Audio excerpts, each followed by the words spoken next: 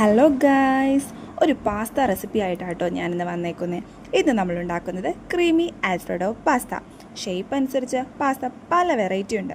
ഞാൻ എടുത്തിരിക്കുന്നത് പെനെ പാസ്തയാണ്. ആദ്യം തന്നെ 1 ലിറ്റർ വെള്ളമെടുത്ത് ചൂടാക്കാൻ വെക്കുക. തിളച്ചു തുടങ്ങുന്ന സമയത്ത് പാസ്ത ഇട്ട് അതിലേക്ക് ആവശ്യമായ ഉപ്പും കുറച്ച് എണ്ണയും ഇട്ട് കൊടുത്ത് വേവിച്ചെടുക്കുക. അത് വേവുന്ന സമയം കൊണ്ട് പാസ്തയ്ക്ക് ആവശ്യമായ വെജിറ്റബിൾസൊക്കെ നമുക്ക് അരിഞ്ഞു വെക്കാം. ക്യാരറ്റ്, ക്യാപ്സിക്കം, ഗ്രീൻ പീസ് ഇത് മൂന്നും ആട്ടോ ഞാൻ യൂസ് ചെയ്തേക്കുന്നത്.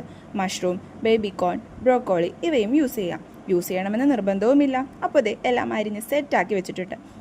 കൂടെ പാസ്തയും ഡ്രെയിൻ ചെയ്തെടുത്തു. പാസ്ത തിളപ്പിച്ച വെള്ളത്തിൽ തന്നെ നമുക്ക് ഈ ക്യാരറ്റ് വേവിച്ചെടുക്കാം കേട്ടോ. ശേഷം പാൻ വെച്ച് അതിലേക്ക് 2 ബട്ടർ ക്യൂബും കുറച്ച് ഓയിലും ഇട്ട് ലോ ഫ്ലെയിമിൽ വെക്കുക.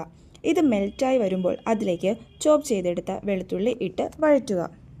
വെളുത്തുള്ളിയുടെ പച്ചമണം മാറി വരുമ്പോഴേക്കും അതിലേക്ക് ക്രഷ്ഡ് ചില്ലി ആഡ് ചെയ്ത് വഴറ്റുക. ഇനി നമുക്കിതിലേക്ക് വെജിറ്റബിൾസ് ഓരോന്നോരോന്നായി ഇട്ട് കൊടുക്കാം. ലോ ഫ്ലെയിമിൽ കുറച്ചുനേരം വഴറ്റി ആവശ്യത്തിന് ഉപ്പ് ചേർത്ത് കൊടുക്കുക. ഇനി നമുക്കിതിലേക്ക് വേവിച്ച് വെച്ച പാസ്ത ആഡ് ചെയ്ത് കൊടുക്കാം.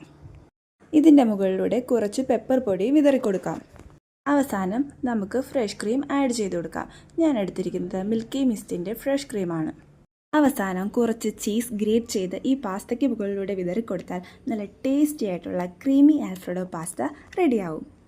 അപ്പോൾ ഈ പാസ്ത റെസിപ്പി എല്ലാവരും ട്രൈ ചെയ്യണേ. അപ്പോൾ നെക്സ്റ്റ് റെസിപ്പി വീഡിയോ ആയിട്ട് വരുന്നത് വരെ ടാറ്റാ, ബൈ ബൈ.